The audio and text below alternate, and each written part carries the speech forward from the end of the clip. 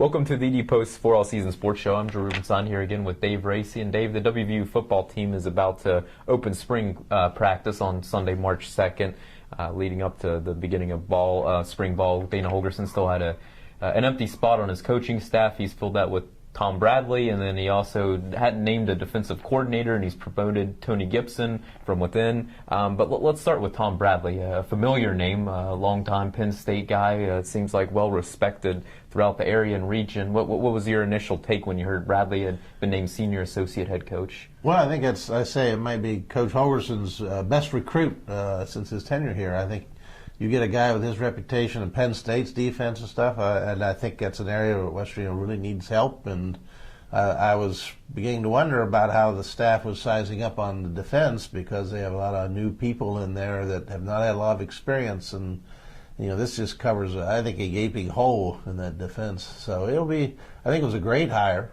and I don't know if it'll turn dividends right away, but I think it was a great hire. When you look at his pedigree and everything he's done and the success he had at Penn State, and again, he was a guy that even though he was there when things turned ugly with Joe Paterno, he was never found guilty or of any wrongdoing during the Jerry Sandusky scandal.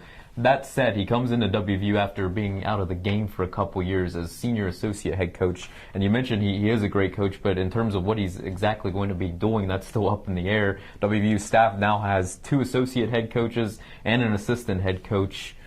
What does all this really mean? Well, sometimes titles don't cost much, so you can hand those out like candy and things like that. So I wouldn't, like I said, he may be coming in, as sort of an advisor, almost a consultant, since we have so many young defensive coaches and stuff. So maybe it's a short-term situation. Maybe he's, likes living, if still up in Happy Valley there, and didn't want to go too far away. This might allow him to get back into coaching, but yet not be, have to uproot his family. And so I think there's probably some, things that have worked out well for both sides here. So it should be, I think it might be a good fit. Because you look at Tony Gibson, a first-time defensive coordinator. I mean, do you look at the Bradley hiring as almost, it seems like Gibson and Bradley have some sort of relationship. Gibson's new in the job. Bradley's been in it for 30-some years. Is this almost a mentoring of Gibson type of a deal, perhaps? That's what I looked at it as, And I mean, I think you'll probably help all the defensive coaches. I mean, they're all, for the most part, fairly young with their position coaches. Damon Coggill, a defensive line. He's been a high school coach before this, and now he's going to be coaching defensive line. The other thing we have to remember is that he's not coaching Penn State players, the All-American linebackers and stuff that they turn out. So the talent, no matter what you do with coaching, and it can improve things, but he won't have Penn State talent on in the defense. So you can't expect that kind of, performance right away. Should it worry WVU fans at all that he's been out of the game for 2 years? Since he was interim coach for Penn State after Joe Paterno got fired, and he was a finalist for that job, didn't get it, and then since then he's been in broadcasting, hasn't gotten into the game, and he's sat out 2 full seasons. Is that worrisome? I don't think so. I think a lot of coaches do that nowadays. I mean, Coach Rich Rodriguez sat out a year. Terry Bowden now has looked like he might have things turned around at Akron, was out several years, and I think it happens quite a bit. And I'm sure that even though, he was broadcasting for Penn State and Army and things, and I would imagine he was probably hanging around the offices up there, or at least, keeping in it. I bet he keeps up with what's going on, and I don't think it'd be a problem. Not at all. The other piece of it, I've talked to a few people that people at least wonder was this a true Dana Holgorsen hire? Was there Oliver Luck?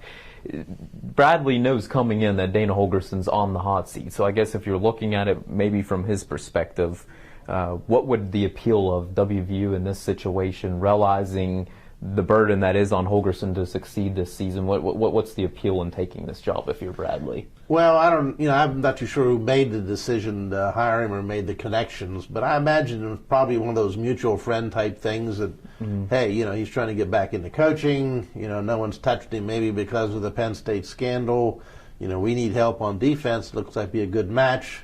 So, if he comes down and does it for a year or two or whatever, I think, it's not a big risk on his part. It's certainly not a risk on, West Virginia's part. I think West Virginia has sort of all to gain on it because they'll have his knowledge and experience helping a defense that the defensive coaching side, it really lacks a lot of experience. So they really filled a void there, and I think it can only help. It's too bad maybe they didn't get him earlier, but by the time fall comes around, that should really help him, I think, this year. But again, he's not going to be coaching, the Penn State caliber type of athlete that he's been used to coaching, for 30 years or whatever. Mm-hmm. And you mentioned the inexperienced Tony Gibson will become the fourth defensive coordinator in 4 years, the last 4 years under Dana Holgorsen at WVU. He's a guy who I mean, and you've been here, and the messy Rich Rodriguez exit, it's still, I don't know, surprising to me, and I'm interested in your take, because he was a guy who was literally on the first plane out of Morgantown to Michigan, December 2007 with Rich Rodriguez, and then you fast forward and somehow after a year leaving Rich from Arizona, coming to WVU, promoted to defensive coordinator. I don't know that ever since that kind of a turnaround would happen. What are your thoughts? Well, you have to remember when Rich Rodriguez left, Bill Stewart wasn't named head coach right away.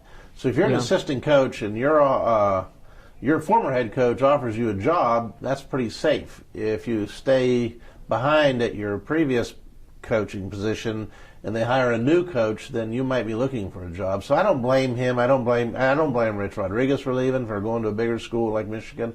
I don't blame Tony Gibson for leaving. It's just business, and he has to look out for himself in those situations. And you have to commend the players, the coaches who stayed, and then but he can't blame those. So he's back. He wanted to be back. He's a native of the state, and so he's tasted the other, and so now he's come back, and maybe he's more fully committed.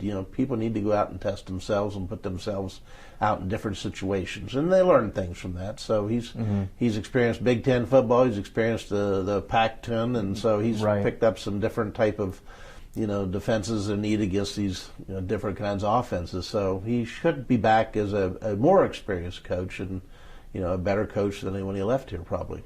Along those lines, I mean, he has been a career defensive assistant.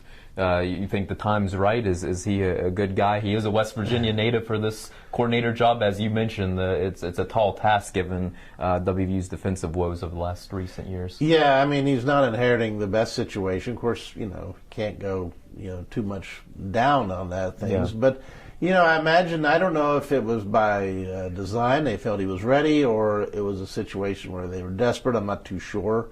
But if they think he has the qualities, and now that they have Coach Bradley here to maybe groom him, then in 2 or 3 years it might be he might be a good defensive coordinator. We don't know. I guess we won't find out. But you still have to remember, it's whoever usually has the better players is the smartest coach. So it's one of those things. So it'll be interesting to see. But I think in all, the hiring of the Bradley was a great idea, and I think no one can lose out of this. That's a good point, Dave. Appreciate your time once again, and please continue to check TheDPost.com for the latest on the Mountaineers. Thanks for watching.